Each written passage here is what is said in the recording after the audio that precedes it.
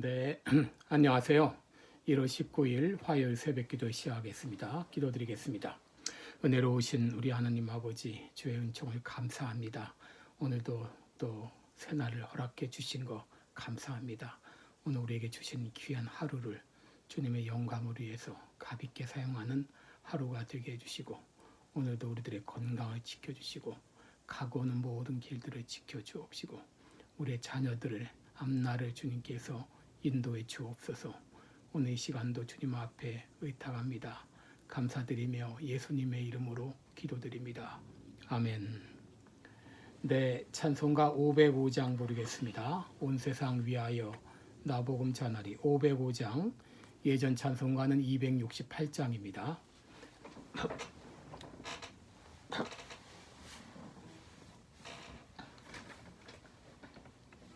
505장입니다.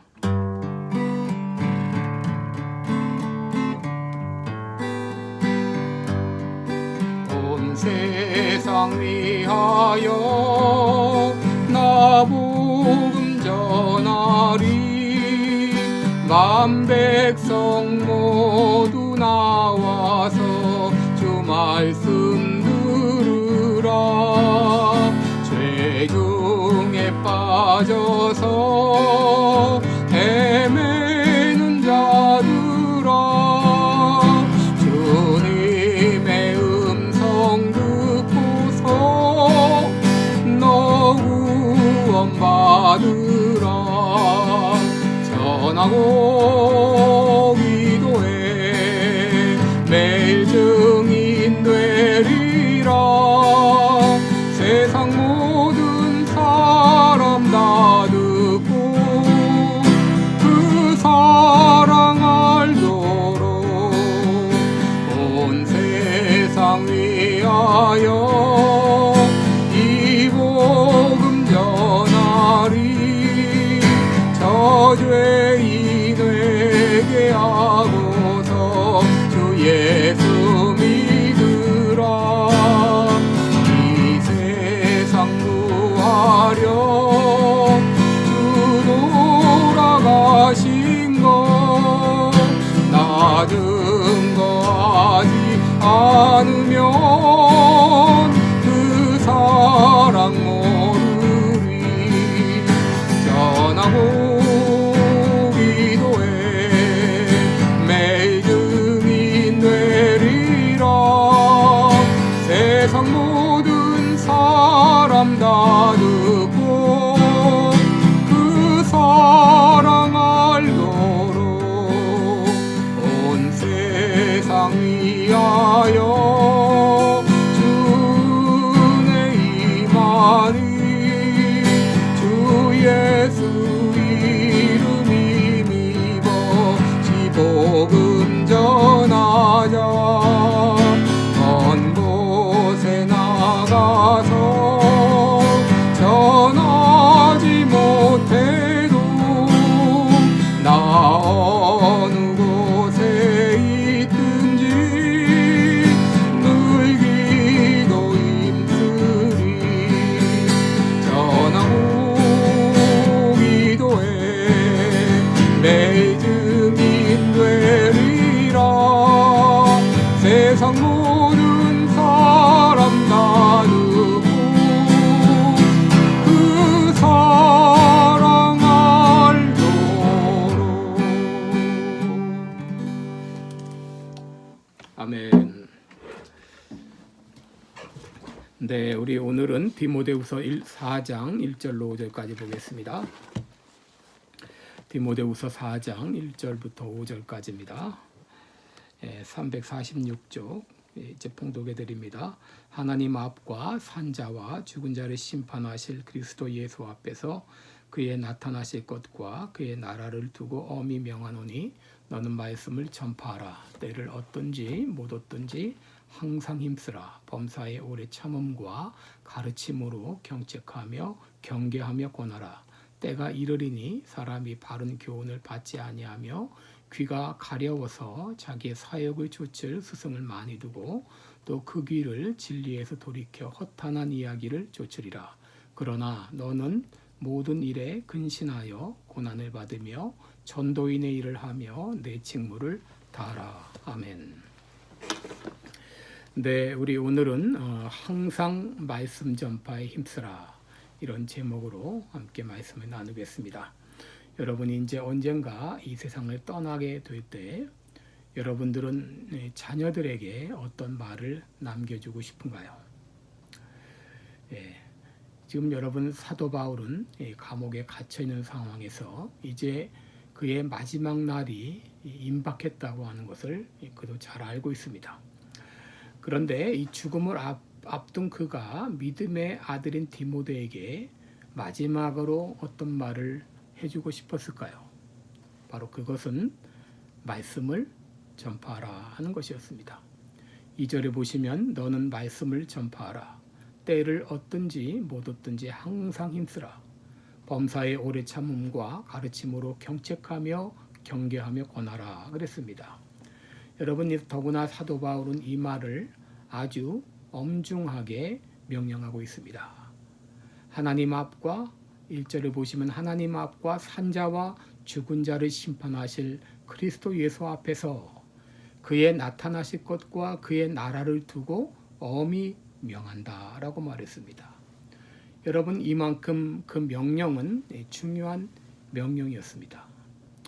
예수님도 이 땅을 떠나면서 제자들에게 어떤 말씀을 남기셨나요? 마태복음 28장 18절로 20절에 보게 되면 너희는 가서 모든 족속으로 제자를 삼아 아버지와 아들과 성령의 이름으로 세례를 주고 내가 내게 분부한 모든 것을 가르쳐 지키게 하라 라고 말씀하셨습니다. 마가복음 15장 16장 15절에 보면은 너희는 온 천하에 다니며 만민에게 복음을 전파하라 그랬어요.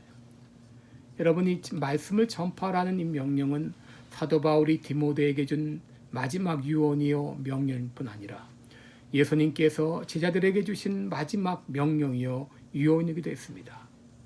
그리고 오늘날 하나님께서 우리에게 주시는 명령이기도 합니다. 문제는 오늘날 교회와 그리스도인들이 이 그리스도의 장엄한 명령을 하찮은 명령처럼 무시하고 있다고 하는 것입니다.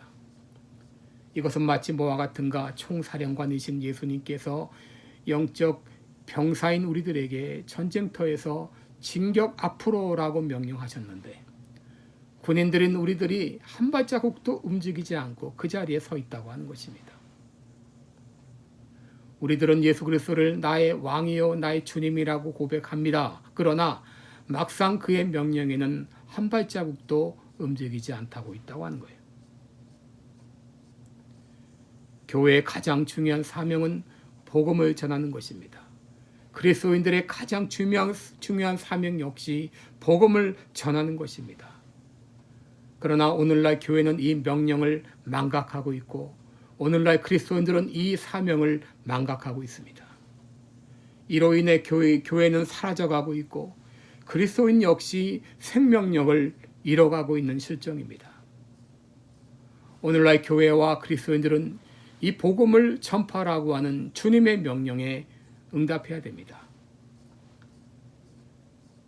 첫째로, 그러면 우리는 왜 복음을 전해야 되는가?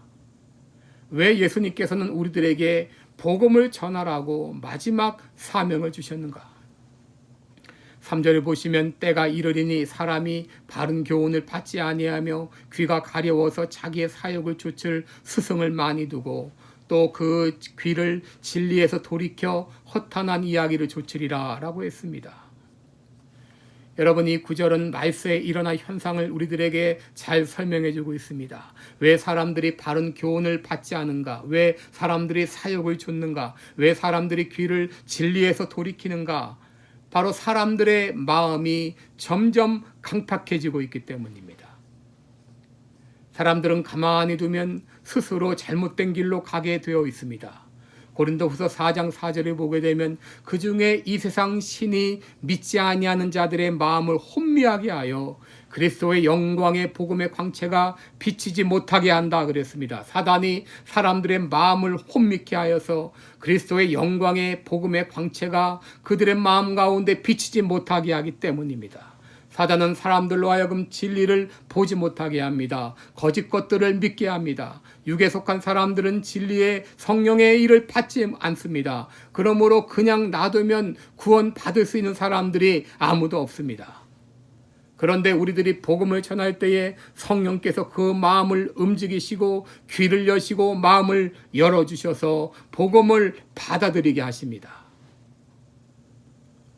로마서 10장 14절을 보게 되면 저희가 믿지 아니하는 자를 어찌 부르리요 듣지 못한 이를 어찌 믿으리요 전파하는 자가 없이 어찌 들으리요 그랬습니다. 여러분, 전파하는 사람이 없는데 어떻게 그들이 복음을 전할 수가 있겠습니까? 복음을 전하라 그렇게 말하면 또 어떤 분들은 선교사님들이나 그 일을 하고 목사나 전도사님들만 그 일을 하는 것으로 생각을 합니다. 여러분, 누가 선교사입니까? 예수 그리스도를 마음에 모신 그분들 모두가 다 선교사입니다. 어디가 선교지입니까? 아직도 마음에 예수님을 영접하지 못한 그 마음이 선교지입니다. 그러므로 예수님을 믿는 사람은 모두 선교사인 것을 기억하고 아직까지 예수님을 믿지 않는 그 마음, 그 선교지에 가서 그 사람에게 우리는 복음을 전해야 될 것입니다. 둘째로, 우리는 언제 복음을 전할 것인가? 여러분, 2절 말씀을 보시면 너는 말씀을 전파하라. 때를 얻든지 못 얻든지 항상 힘쓰라 그랬습니다. 여러분, 복음을 전할 때는 따로 정해진 것이 아닙니다. 때를 얻든지 못 얻든지 항상 힘쓰라 그랬습니다. 기회가 주어질 때마다 복음을 전해야 됩니다. 기회가 주어지지 않으면 기회를 만들어서 복음을 전해야 됩니다. 내가 아는 사람이든지 모르는 사람이든지 그 사람이 멸망길을 가고 있다는 것을 알 때에 우리들은 그냥 있을 수가 없습니다. 그들의 멸망길로 가는 것을 막아야 됩니다. 우리는 항상 복음을 전하기를 힘써야 됩니다. 때를 얻든지 못 얻든지. 셋째로, 그러면 우리는 어떻게 복음을 전할 것인가? 2절 하반절을 보게 되면 범사의 오래 참음과 가르침으로 경책하며 경계하며 권하라 그랬습니다. 이 범사라고 하는 말은 모든 일에 있어서 그랬어요.